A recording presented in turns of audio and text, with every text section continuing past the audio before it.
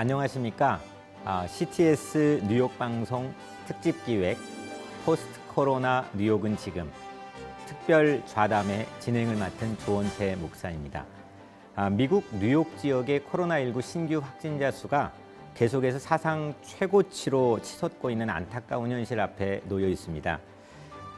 지난 7월 3일 기준으로 미국의 코로나19 누적 확진자가 무려 284만 명, 그리고 누적 사망자는 안타깝게도 약 13만 명으로 집계가 되어 발표가 되었습니다.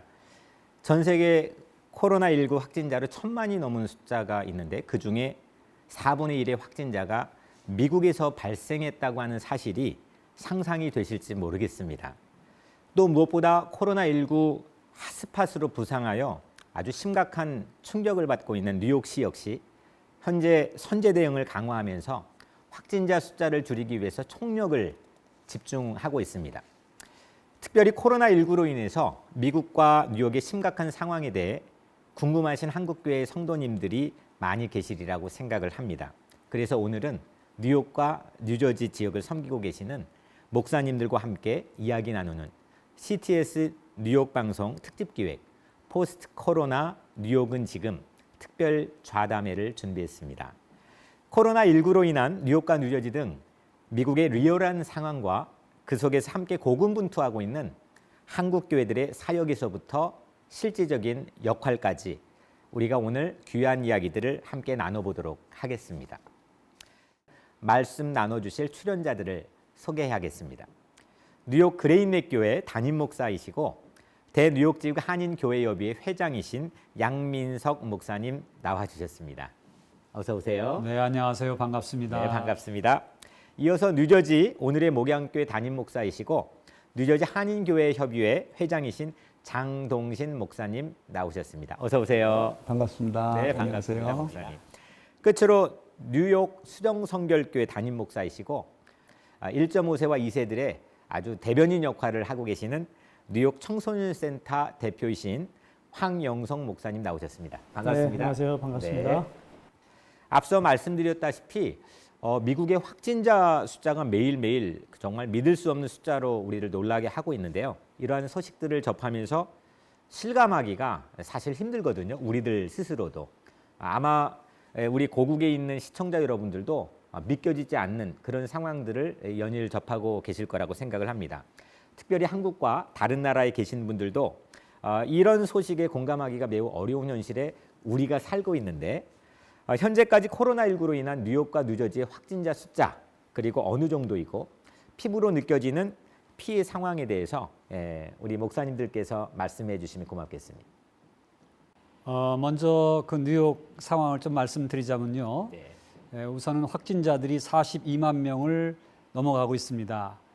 그리고 사망자 수는 3만 2천 명 수준을 지금 넘어가고 있어서 상당히 심각한 수준에 이르고 있고요. 물론 뭐 예전보다는 좀 감했다 할지라도 하루에 1,000명 이상 넘어갈 경우도 있고 지금 이렇게 확진자들이 계속해서 발생하고 또 늘어나고 있는 케이스입니다. 특별히 이렇게 그 확진자라든가 사망자들이 많아지면서 병원들도 여러 가지 애로가 많이 있는데요. 이렇게 사망자들을 처리할 수 없어서 병원에서 오랫동안 이제 이렇게 보관을 해야만 되는 어려움들, 또 이 장례식장에서 물론 그 장례를 제대로 치르지 못해서 딜레이되는 그런 여러 가지 어려움들이 많이 있습니다. 사실은 이 장례식을 제대로 치르지 못해서 그 교인들도 제대로 만나지 못하고 있고 또 여러 가지 그 장례식 절차에 대해서도 다 이렇게 줄여야만 되는 그런 현실 속에 있고요. 참 너무나도 가슴 아픈 그런 현실들을 우리가 눈앞에서 접하고 있습니다.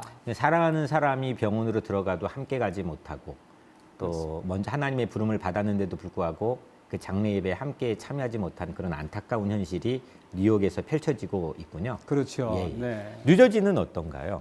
네, 저희 뉴저지는 아시는 대로 조지 워싱턴 브릿지 그 네. 다리 하나로 수만 명이 매일 출퇴근을 하거든요. 뉴욕을. 네. 이제 그리고 그 북쪽 그 조지 워싱턴 다리가 맞닿는 곳이 이제 포틀이라고 하는 지역이고요. 그 지역에 몇 개 타운이 연결이 되어 있는데 한인들이 집중되어 있습니다. 아, 그 다리를 건너자마자, 건너자마자. 한인들이 집중해 살고 있군요. 그러다 보니까 한인들 타격이 컸고요. 그리고 실제로 사망자도 우리 뭐 목사님, 장로님들 중에 교인들 중에서도 꽤 많이 나왔고요. 그리고 병원의 현실은 이게 사망자들을 보관할 수 있는 냉동고가 다 차버려 가지고 그 임시로 컨테이너 트럭이 5층짜리 버스들이 와서 몇 개 이제 하스피탈에 다 이렇게 있고요. 그리고 이제 현실적으로 또 물이 동이 났습니다.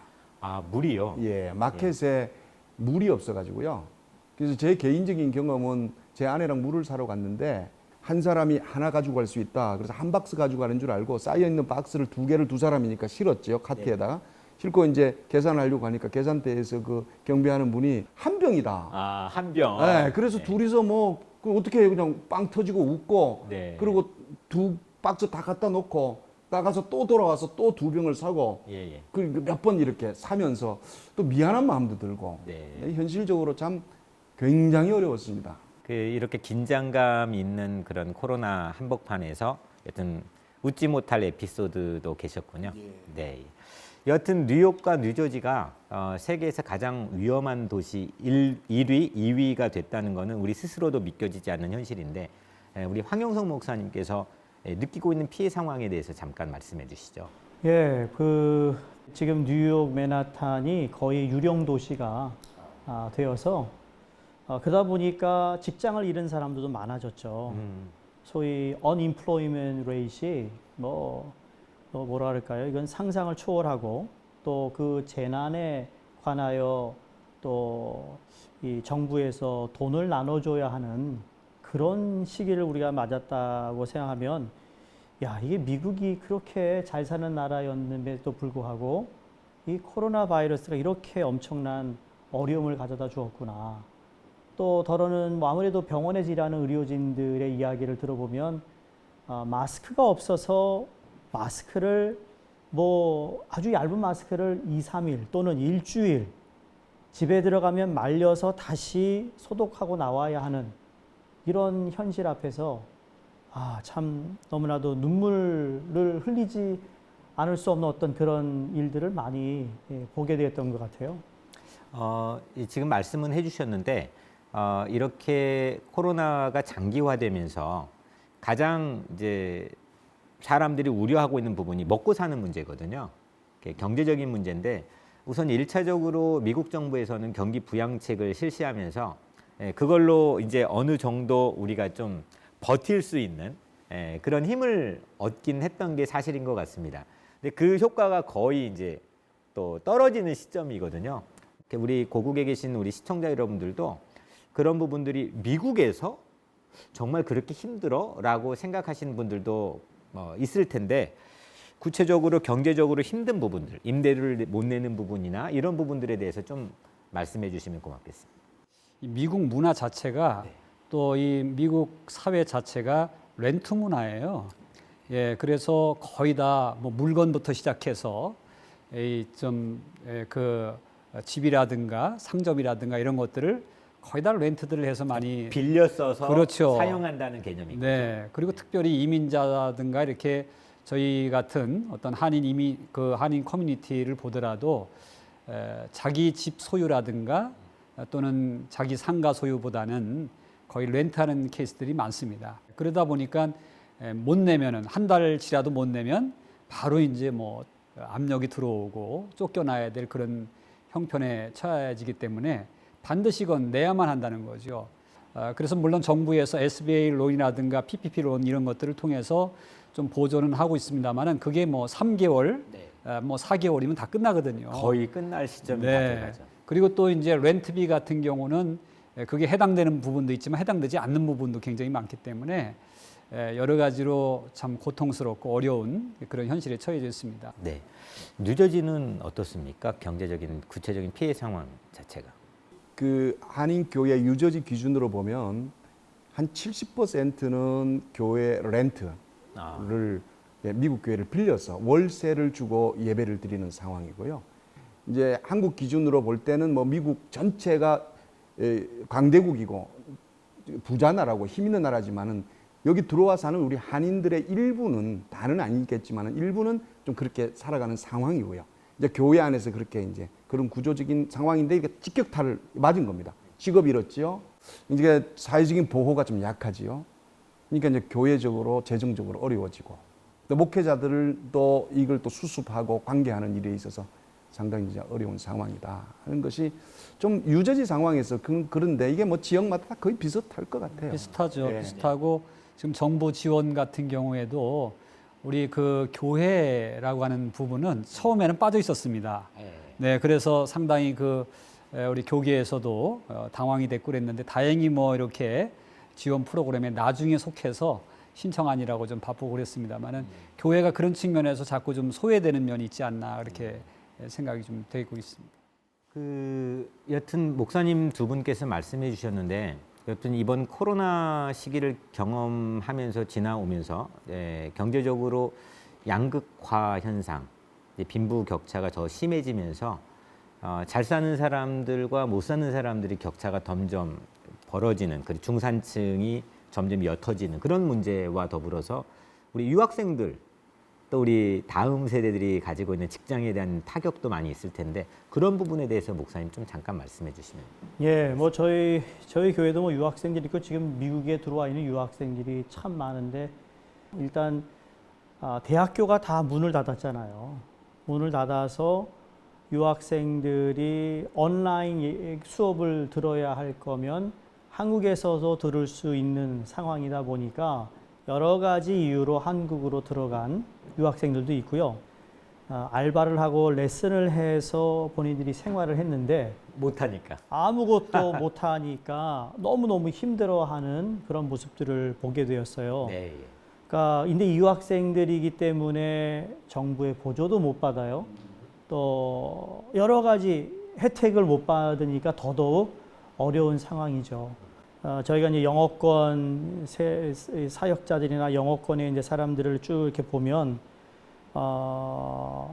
직장을 잃어서 unemployment을 신청하지만 그 회사가 3개월 후에 존재하느냐는 보장이 없으니까 그러니까 실직자 수당을 신청했지만 존재할지 안 할지 예, 모른다. 두려운 마음이 있는 거예요. 이게 지금 미국 그러겠네. 사회에 남아 있는 참 두려움이죠. 그러면 교회로 좀 약간 그 시선을 옮겨 보겠습니다. 이렇게 사회적인 풍경들을 우리가 함께 소개하는 시간을 가졌는데요. 이 코로나 시기를 지나면서 교회 안에서 예배드리는 풍경 자체도 상당히 많이 변화가 됐잖아요. 뭐 그건 한국도 마찬가지지만 예배드리는 모습이나 또 사역의 변화 이런 게 이민 사회인 뉴욕과 뉴저지에는 어떤 변화가 교회 안에서 있는지요, 우리 양 목사님. 네, 먼저는 뭐 비대면 예배 쪽으로 거의 다 움직여지는 것 같습니다. 그래서 온라인 예배라든가 줌 영상 예배를 통해서 전환이 되고 있고요. 그리고 이제 저희 교회 같은 경우는 그래도 소셜 디스턴싱, 사회적 거리두기를 하면서 마당 신방이라고 하는 거를 저희 교회에서 마당 신방이요? 네, 그러니까 이제 집 안으로 들어갈 수 없으니까 성도들을 문 앞으로 불러들여서 그래서 이제 얼굴을 보고 간단하게 기도해주고 또 서로 떨어져 있으면서요. 그렇죠. 네. 이제 6피트 우리가 거리를 둬야 되니까 네. 그래서 거기서 이렇게 좀 대화도 나누고 기도해주고 또 제가 개인적으로 준비한 쌀 한 포대씩 이렇게 선물을 가져가서 나눠드렸더니 너무너무 좋아하고요. 무엇보다도 이제 쌀 사러 가는 거 돈이 문제가 아니라 쌀 사러 가는 것도 좀 어렵잖아요. 불안이 있죠. 그렇죠. 그래서 이 목회자가 또 이럴 때 좀 이렇게 헌신하는 게 좋지 않을까. 그래서 한 가정에 하나씩 선물을 좀 드렸습니다. 그랬더니 여튼 이렇게 다이나믹성을 잃어버릴 수도 있는 상황에서 그 자리를 지켜주셔서 너무 감사해요, 목사님. 우리 장 목사님께서는 어떠신지요?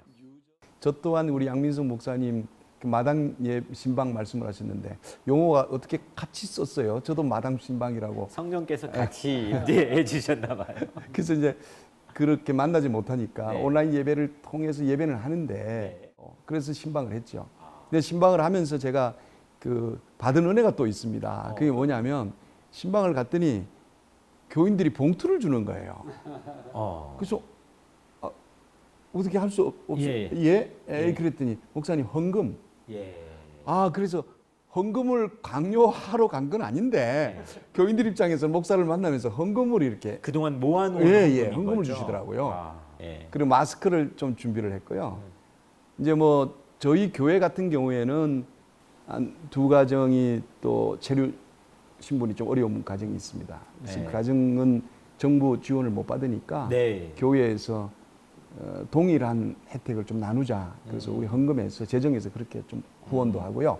근데 우리 교회뿐 아니고 다른 교회들도 꽤 많은 교회들이 이제 그렇게들 같이 이렇게 서로 이 어려운 시기를 넘기자 그러고 교회들이 참여를 하고 있고 유저지 지역에 유역도 마찬가지일 거예요. 네, 그렇습니다. 네.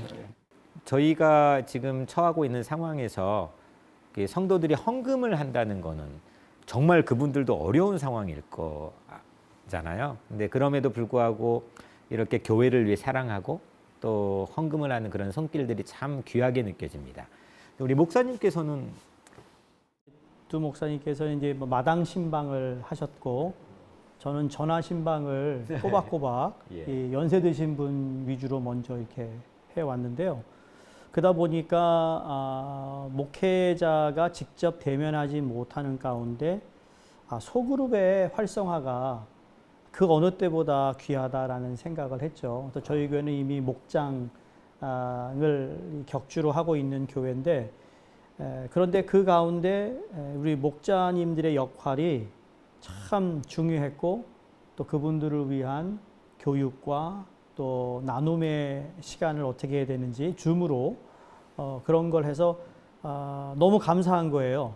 이분들이 저하고도 대면을 잘 못하는데도 불구하고 줌을 통해서 목원들의 어떤 영적 그것을 이렇게 관리하는 모습을 보면서 참 대견스럽고 감사하고 또 이 코로나 때 예배를 못 드리니까 저희 교회 파킹장을 작년에 새로 깔았는데 코팅을 해야 하는 일이 생겼어요. 1년 후에. 근데 이걸 우리 남자 관리 집사님들이 한 10분이 오셔서 이게 꽤 돈이 들어가는 일인데 본인들이 와서 다 칠하고 선 긋고 하는 어떤 그런 또 좋은 일도 있었습니다. 예. 예. 그 코로나 시대에 우리가 바뀌어진 교회 안의 풍경들을 잠깐씩 나누었는데요. 이제 온라인 예배가 이제 여튼 우리에게는 뭐 필수적인 교회 생존 그 예배 드리는 방식이 되었잖아요. 근데 그 온라인 예배를 드리는 그 문제점들도 이제 노출되고 있다고 생각해요. 이번에는 우리가 한번 거꾸로 뉴저지 우리 장 목사님께서 온라인 예배를 드리는 문제점은 어떤 게 있을까요? 교회들이 준비가 안 된 겁니다. 준비가 안 됐다는 것은 뭐 장비, 인력, 기술 뭐 모든 면에서 전혀 우리가 뭐 좀 시스템이 갖춰져 있는 교회는 뭐 그렇다고 하더라도 그런 교회조차도 라이브 예배를 할 거냐 아니면은 영상을 녹화할 거냐 막 이런 문제부터 해서 막 굉장히 많은 문제들이 생기더라고요. 네. 그래서 일단 그러면 세미나를 한번 해보자. 그래서 기술자들을 섭외를 했습니다. 그래서 2차에 걸쳐서 세미나를 하고 그런 매뉴얼을 저희들이 만들어서 다 또 지역 교회에다 다 안내해 드렸고요. 네. 이제 하다 보니까 이게 인터넷 사정이 안 좋단 말이에요. 통신이 한국 같지 않고. 네. 그러니까 이거 라이브를 하다 보니까 통신이 자꾸 끊어져요. 그다음에 이제 교인들조차도 익숙하지 않으니까 접속하는데 문제가 또 생겨요. 네. 기술을 높이려고 하니까 장비를 구입해야 되는데 우리는 이제 장비 구입하니까 교회 재정이 어려우니까 있는 장비를 사용하자. 예를 들면 컴퓨터 있는 거 컴퓨터에다가 다른 장비를 애드하면 되지 않겠냐고 사왔는데 이 시스템이 서로 또 암호한 문제가 생기더라고요. 그럼 또 이걸 하나 더 사야 되고 복잡하더라고요. 그러니까 이제 우리 목사님께서는 온라인 예배가 사실은 교회의 규모나 사이즈에 따라서 여러 가지 준비하는 그런 방식이나 편의도 다양할 텐데 그렇게 준비하는 시스템에 대한 어떤 취약적인 그런 문제점들을 소개해 주셨는데 우리 양 목사님께서는 온라인 예배를 드리면서 가지고 있는 문제점들을 느끼셨는지요? 네, 일단은 우리 장 목사님이 장비 측면에서 예. 말씀을 잘 해주셔서 그 작은 교회와 큰 교회 그 장비면이 계속해서 아마 상당히 큰 문제가 문제가 될 것 되리라고 보고요. 또 하나는 저는 이제 예배 드리면서 있었던 그런 문제점이라고 할까요? 그 공동체성의 좀 문제를 한번 지적하고 싶은데요. 그래서 처음에는 내 교회 중심으로다가 예배를 드리다가 꼭 인터넷으로 예배를 드리는 게 꼭 내 교회만 드린다고 예배는 아니지 않느냐. 다른 교회를 또 서치하면서 예배 드리는 것도 하나님 앞에는 똑같은 예배가 아니겠는가. 그래서 내 교회 예배보다도 또 다른 교회를 쇼핑하면서 예배 드리는 그런 케이스들이 늘어났다. 뭐 그럴 수는 있다고 이렇게 얼마든지 인정을 할 수 있고요.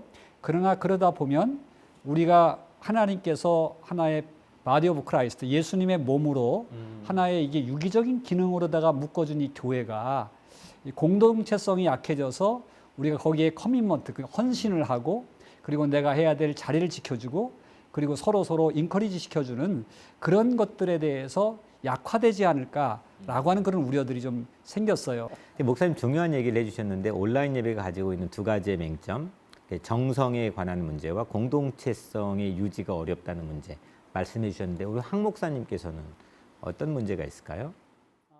제가 이제 온라인 예배를 드리게 된 첫 번째 이유는 안전이었어요. 우리 성도들이 건강하고 안전해야 된다. 그게 뭐냐면 people first라는 거죠. 사람이 먼저라는 거죠. 성도가 없는 교회, 무의미한 거고 이분들을 목양하는 목자로서 이분들의 안전을 교회에 왔을 때 책임져야 하는 책임감이 있잖아요. 그런 의미에서 그런 입장에서 공동체의 우리의 어떤 가지고 있는 어떤 본질을 잃지 않으면서 공동체를 다시 재조명해야 하는 시기가 아닌가. 아까 말씀하신 우리 미국 교회 이제 큰 교회 목사님들이 한 6, 7분이 자담회하는 거 제가 이제 유튜브로 봤어요. 바로 그 얘기를 한 거예요. 자기네 교회 교인이 미국 사람이에요, 백인이 목사님 예배 설교를 듣다가 이제 온라인에 수많은 유명한 목회자의 설교를 들을 수 있다는 걸 알았다라는 거예요. 그러니까 눈이 열린 거죠. 거기에 이제 목사님들이 그걸 이제 렛고 해야 된다는 거죠. 거기에 집착할 수 없다라는 거예요. 그런 가운데에서 우리가 어떻게 우리 목양을 할 거며 이건 우리의 큰 도전인데 이건 우리가 연구하고 또 상황과 교회의 컨텍스트가 다르니까 이건 양면이 다 있는 것 같다고 목사님들의 마음도 바다같이 더 넓어져야 되겠네요. 그런 것 같아요. 이번엔 질문을 두 가지를 좀 하나로 묶어서 여쭤볼게요.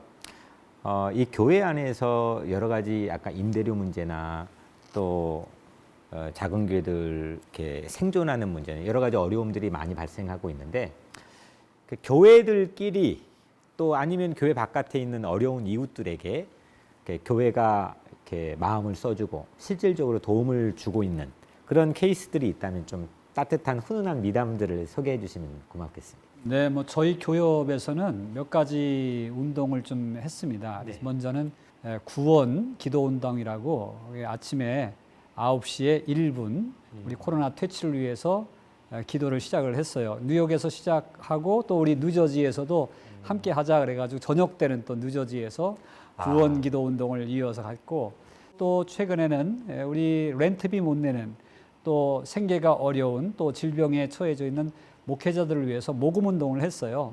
그래서 어제부터 저희들이 공문을 내서 60개 교회를 돕도록 그렇게 지금 1차 준비를 해 놓았습니다. 그래서 여러 교회들이 또 협조를 잘 해주셔서 이번에 무난하게 한 60개 교회 정도는 저희들이 도울 수 있도록 그렇게 마련을 해 놓았고요.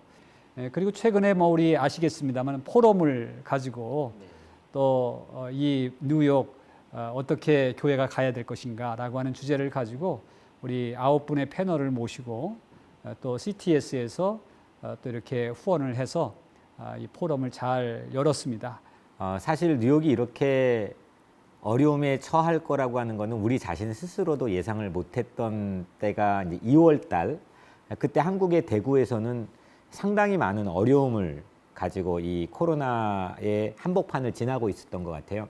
그때 우리 뉴욕 교협이 앞장서 가지고 대구의 우리 시민들을 돕자 해가지고 모금 운동을 해서 전달을 하려고 하는 시점에는 우리가 상상을 초월할 정도로 어려워져 버렸잖아요. 그렇습니다. 그때만 해도 그래도 한국 대구 경북이 굉장히 어려웠기 때문에 모금 운동을 그래도 고국을 위해서 우리가 하자. 우리가 부활절 때까지 그래도 모금을 해서 한국에 보내자 그래서 2만여 부를 모아가지고 한국에 저희들이 보낸 사례가 있고요. 네. 그 이후에 이제 저희들이 이렇게 어려움에 처해서 또 동포 사회를 위해서 여러 가지 돕는 일에 애를 써왔습니다. 뭐 역사의 고비마다 그랬지만 우리 고국이 어려웠을 때 우리 고국을 떠난 이민자들이지만 늘 고국을 생각하면서 그 고국의 어려움에 함께 동참했던 저력들이 뉴욕과 뉴저지 안에서는 면면이 흐르고 있었던 것 같아요. 우리 뉴저지에 있는 우리 장 목사님께서는 우리 회장님이 기도를 먼저 했다고 그러는데 그건 아니고 유저지가 기도를 먼저 했어요. 기도회는 왜 그렇게 됐냐면 뉴욕이 이제 상황이 터지니까 저희들 입장에서 제가 이제 회장을 맡고 있는데 우리 임원들하고 할 게 뭐냐 하니까 제일 먼저 나온 아이디어가 기도였어요. 그러는 과정에서 대구를 돕는다 이런 상황이 되는데 유저지가 이제 타격을 입기 시작하더라고요. 우리가 벌써 이제 우리는 바로 연결해서 그래서 우리가 이제 할 수 있는 게 뭐냐 이제 그러는 과정에 뉴욕과 함께 연대해서 기도했으면 좋지 않겠냐 하고 이제 회장님께 제안을 드렸고 뉴욕에서 이제 받아가지고 우리 같이 일부 기도를 같이 했습니다. 네. 예. 그리고 나면서 이제 교회들이 예배를 못 드리고 이러면서 렌트비 문제를 이제 좀 우리가 후원해야 되지 않겠냐. 그리고 이제 또 어려운 교회들은 돕고 그래서 우리가 좀 그 매개체 역할을 해야 되겠다 하는 것이 저희들이 이제 임원들의 아이디어였습니다. 그래서 시작을 해서 5월 달에 23,500불이 이제 모여졌고요. 이제 1차. 그래서 6월부로 저희들이 마감을 하고 그래서 13개 교회를 후원을 했습니다. 네. 후원을 했고요. 저희들은 이제 아이디어는 그겁니다. 한국 교회에다가 좀 호소를 하고 싶은 겁니다. 네. 어떤 호소를 하고 싶냐면은 실제로 미국이라는 나라가 잘 사는 거지 이 속에 있는 한인 교회, 어려운 교회들이 너무나 많거든요. 정말 미국의 한인 교회들을 위해서 공개적인 기도를 좀 해달라. 공개적 기도를 해달라. 그다음에 또 하나는 재정 후원을 좀 해달라. 헌금 얼마라도 후원해 주시면 저희들이 그 한 번으로 뭐 문제가 해결된다고는 생각 안 해요. 그러나 누군가는 소망을 얻고 힘을 얻는 또 메시지가 되지 않을까. 그런 어떤 소원이 있습니다. 그러니까 목사님께서 말씀하신 것처럼 이민교회 출신이었던 지금 한국교회 그래도 큰 교회를 담임하고 계신 분들이 십시일반으로 모아가지고 한번 도와준 적도 있죠. 이제 그런 부분들이 목사님 말씀하신 어떤 중요한 연대의 끈들이 앞으로 또 이어지리라고 기대를 해보고요. 그러면 우리 1.5세시잖아요, 우리 목사님은. 그리고 우리 교회 2세들을 위해서 상당히 많은 사역들을 지금 해 오셨는데 우리 2세들의 사역의 방향은 어떻게 긍정적으로 변화될 거라고 예상하시는지요? 이 코로나를 통해서 디지털화된다는 이 1세와의 인식이 변화를 통해 2세와의 어떤 만날 수 있는 어떤 그 common ground, 공통점을 찾아낼 수 있는 면에서 긍정적이라고 저는 생각해요. 예를 들어 예배 재개를 앞두고 영상을 만들었는데 순영어로 만들었어요. 그건 우리 2세들이 만든 거죠. 그걸 그냥 밑에 한국 서브타이틀로 우리 한어권들이 볼 수 있도록. 그러니까 이게 서로가 이제는 도울 수밖에 없는 상황이구나라는 것을 인식하는 거죠. 예를 들어 마스크를 기부한 사람은 1세예요. 마스크를 전달한 사람은 2세예요. 그런 의미에서 우리의 롤이 이제 조금 더 구체화되면서 하나의 공동체지만 만나지 않아도 그 역할을 할 수 있는 범위가 생겼다라는 거죠. 오히려 새로운 공간 창출이 그럼요. 생겼다는 거네요. 그런 의미에서 우리가 우리 공동체를 재조명, 리어저스팅 하는 거죠. 서로를 바라보는 평가의 잣대나 기준 자체를 바꿔야 된다. 이 코로나가 우리에게 주고 있는 긍정적인 영향들 중에 하나인 것 같아요. 어쩔 수 없이 바꿔야 되거든요. 시각을 바꾸고 시선을 바꾸고 또 바라보는 마음을 바꿔야 되는데 특별히 이제 긍정적인 면에서의 변화를 우리가 한번 얘기해 보면 좋을 것 같아요. 우선 양 목사님께서 이 코로나가 우리 사역에 줄 수 있는, 교회에 줄 수 있는 긍정적인 변화가 어떤 게 있을까요? 예배의 소중성을 이번에 알지 않았느냐. 예배를 못 드리게 되는 그런 상황 속에서 예배를 안 드린다는 게 이렇게 목마르고 이렇게 공동체가 귀중하고 소중하다라고 하는 것을 깨우쳐줬고 또 그다음에 아까 우리 장 목사님 말씀하셨듯이 본질에 대한 부분을 깨우쳐주는 기회였다. 그래서 우리가 형식에 치우쳤던 예배에 많이 그 시간을 드리고 그런 쪽으로 많이 흘렀다면 진정한 예배가 뭔가라고 하는 것을 깨우쳐주는 아주 소중한 기회였다 그렇게 생각이 되고요. 그 다음에 이제 우리가 온라인 예배라든가 이런 예배의 새로운 장을 또 열어가는 기회가 되지 않았겠는가. 그래서 그쪽 면을 또 많이 개발하고 또 차세대들과 함께 뭔가 연관해서 이 커뮤니케이션을 할 수 있는 이 커뮤니케이션의 통로가 새롭게 열렸다 그렇게 생각이 되어집니다. 네.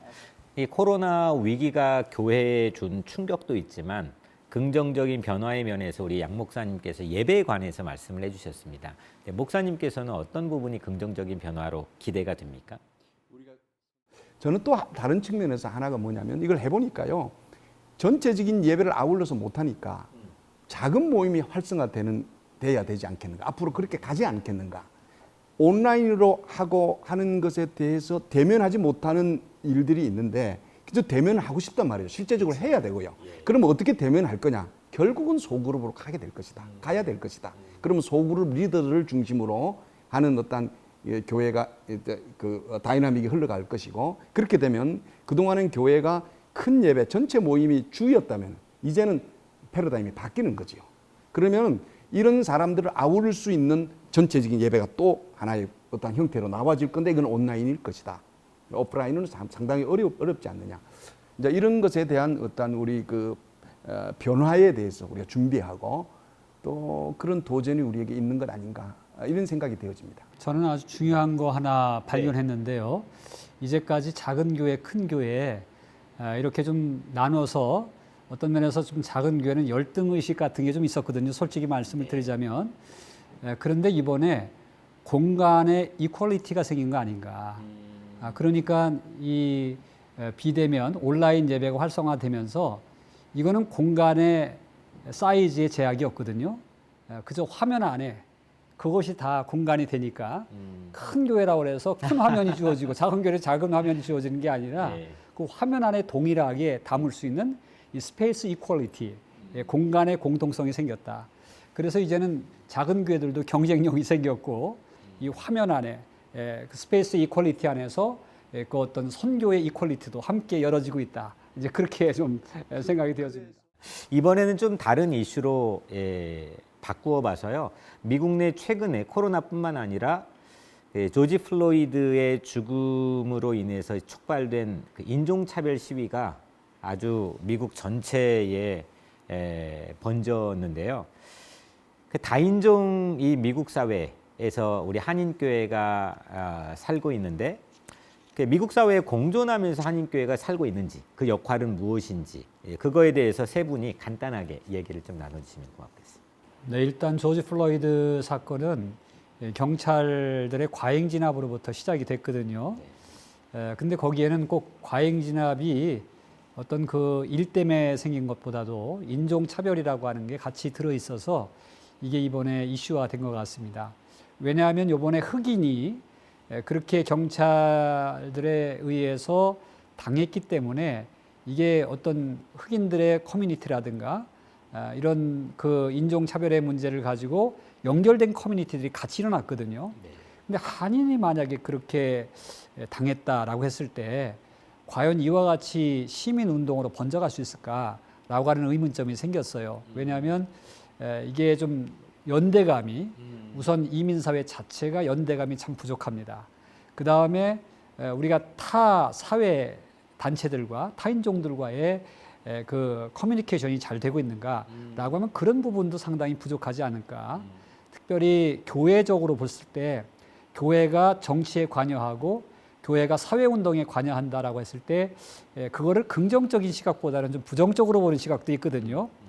그런데 그런 것들을 조금 우리가 열어서 이제는 우리 교회도 사회 문제에 같이 참여하고 또 연대감도 같이 갖고 그래서 우선 우리 커뮤니티 안에서의 사회와 교회가 연대감을 갖고 또 타인종과 또 소수인종과 연대감을 가지면서 어떤 불이익을 당한다거나 어려움을 당했을 때 함께 공조하면서 문제를 풀어갈 수 있도록 그래야만 이게 힘을 받고 그래야만 이게 보이스를 제대로 낼 수 있으니까 그런 측면에서 이번에 우리들도 조금 다시 좀 사회적인 것에 또 서로 연대감에 눈을 떴으면 좋겠다. 이제 그런 그 생각을 가졌습니다. 제가 그 흑인 그 단체의 어떤 인사하고 이야기를 나눈 기회가 있었어요. 근데 그분께서 말씀해 주시기를 우리 동네에서는 가장 똑똑한 사람을 어릴 때부터 목사로 키운다는 거예요.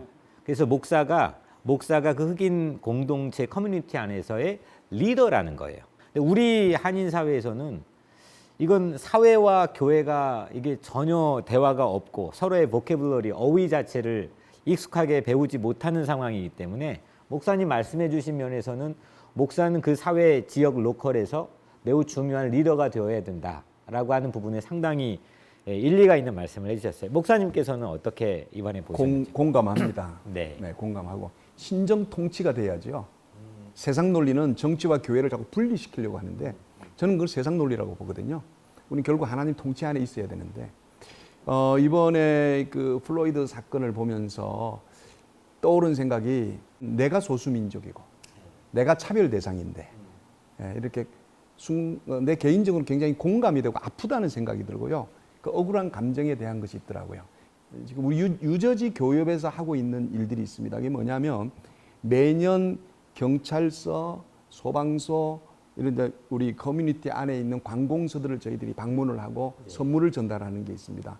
아마도 이제 이런 일들을 좀 우리 한인 교회들이 좀 앞장서서 해야 되지 않느냐, 해야 되지 않겠느냐. 이게 실제적인 것이 좀 서로 커뮤니티를 아우를 수 있고 교류할 수 있는 이제 그런 것들이 있었으면 좋겠고, 또 하나는 그 히스패닉하고 소수 계층에 있는 그 사람들 그룹의 예배들을 우리 한인 목회자들이 나서서 만들어서 후원하고 또 음식도 제공하고, 그래서 교육이 이제 그것도 신경을 써서 후원하려고 하는데, 그런 일들을 구체적으로 좀 우리 교회들이 앞장서야 되지 않겠는가. 사회에 봉사하고 좀 나누고 뭐 큰 것이 아니더라도 이제 이런 것들을 조금씩 하면서 교감이 이루어지고 그러면 일단 막혔던 담들이 좀 무너지지 않겠는가.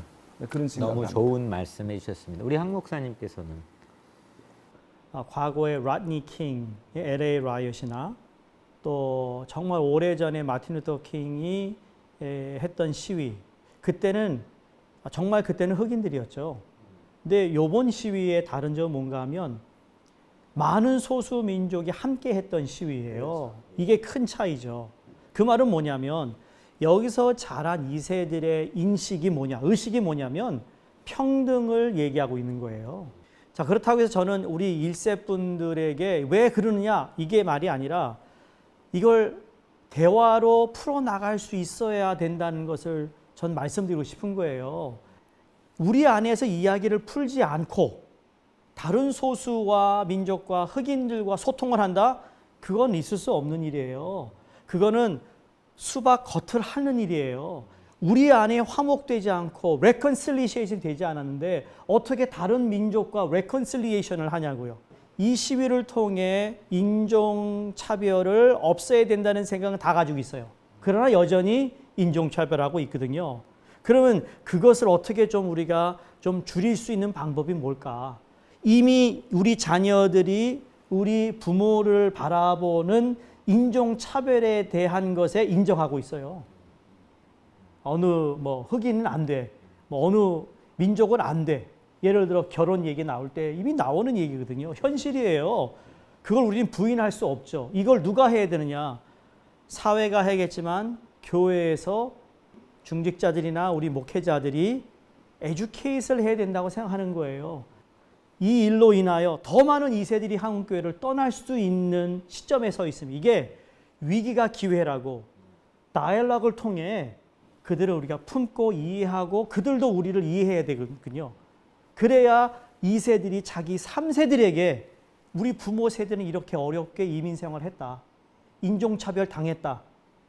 그러나 2세들은 여기서 자라면서 그 인종차별 어떻게 해석을 해야 되며 어떻게 풀어야 하며, 그래서 1세 어려움과 2세가 가지고 있던 이 두 생각을 우리 3세들에게 전해야만 우리 주류 사역의 주인공이 될 수 있는 그 우리 후손들을 키워나갈 수 있다고 저는 생각하거든요. 그런 의미에서 우리는 얘기를 해야 됩니다. 목사님 말씀을 듣고 보니까 목사님 얼굴이 마틴 루터 황 주니어 목사님처럼 보이는 것 같아요. 예, 아주 너무 절박한 심정을 가지고 열변을 이렇게 토해 주셨는데요. 그러니까 실제 우리 안에서 내면적 화해가 이루어지지 않으면 누군가의 상대 타자와 교제를 한다는 게 사실 어려운 거는 상식적인 얘기잖아요. 이번 기회로 말미암아 교회가 우리가 살고 있는 로컬 그 지역 사회나 또 타인종과 또 누군가와 같이 연대할 수 있는 아주 품이 넓은 그런 교회들로 거듭날 수 있는 계기가 되었으면 좋겠습니다. 이제 벌써 마무리할 시간이 다 됐습니다. 뉴욕과 뉴저지를 대표하고 있는 오늘 세 분 목사님께서 함께 귀한 이야기를 나눠 주셨는데요. 오늘 이 방송을 듣고 있는 우리 시청자 여러분들에게 정말 힘과 격려가 되는 그런 축복의 메시지를 한 분씩 우리 양 목사님부터 해주시겠습니다. 네, 이제까지 다 말씀을 드렸지만 역사의 주권은 하나님께서 가지고 계십니다. 우리가 하나님 바라보고 소망 갖고 기도하고 말씀 중심으로 서갈 때 반드시 하나님께서 우리의 미래를 열어가시고 역사를 새롭게 펼쳐가시고 우리에게 새로운 날을 주실 줄로 믿습니다. 기도하며 하나님 말씀 안에서 승리할 수 있는 우리 모두가 되시기를 주님의 이름으로 축복합니다. 아멘. 우리 목사님. 주님께서 우리를 이 땅에 보내실 때는 하나님이 우리를 기대하신 거라고 믿습니다. 기대하셨다고 하는 것은 할 수 있는 능력도 보장해 주신다는 거죠. 여러분 믿음으로 이 상황들을 헤쳐나가고 삶을 승리하십시다. 아멘. 우리 황 목사님. 예, 우리 하나님은 늘 회복의 하나님이세요. 그래서 회복하실 것을 믿고 또 회복에 따르는 하나님의 목적을 우리가 발견할 수만 있다면 넉넉히 우리에게 참 좋은 일들이 펼쳐지리라고 믿습니다. 힘내시기 바랍니다. 아멘. 벌써 듣고 계시는 시청자 여러분들께서 많이 힘이 또 용기가 나셨을 거라고 생각을 합니다. 하나님께서 노아 홍수 뒷면에 숨겨두신 약속의 무지개를 통해서 희망을 길을 열어주신 것처럼 이번 코로나 이면에 하나님께서는 분명히 희망의 무지개를 우리에게 예비하셨다고 확신합니다. 코로나19라고 하는 특별하지만 또 모두에게 놓여진 이 힘든 시기에 우리는 낙심하기보다는 하나님의 뜻을 더 절박하게 절실하게 찾고 구하고 만나며 더 힘들어하는 우리 주변의 이웃들이 있다면 서로 돕고 연합할 수 있는 그런 은혜의 시간이 되기를 소망합니다. 무엇보다 이 시기를 통해서 우리가 진정한 예배, 하나님을 깊이 만날 수 있는 그런 예배가 또 함께 고국에서도 또 이 뉴욕, 뉴저지, 미국에서도 일어나게 되기를 소망해 봅니다. CTS 뉴욕 방송 특집 기획 포스트 코로나 뉴욕은 지금 특별 좌담회 오늘 순서 여기에서 마치겠습니다. 함께 해주신 여러분 고맙습니다.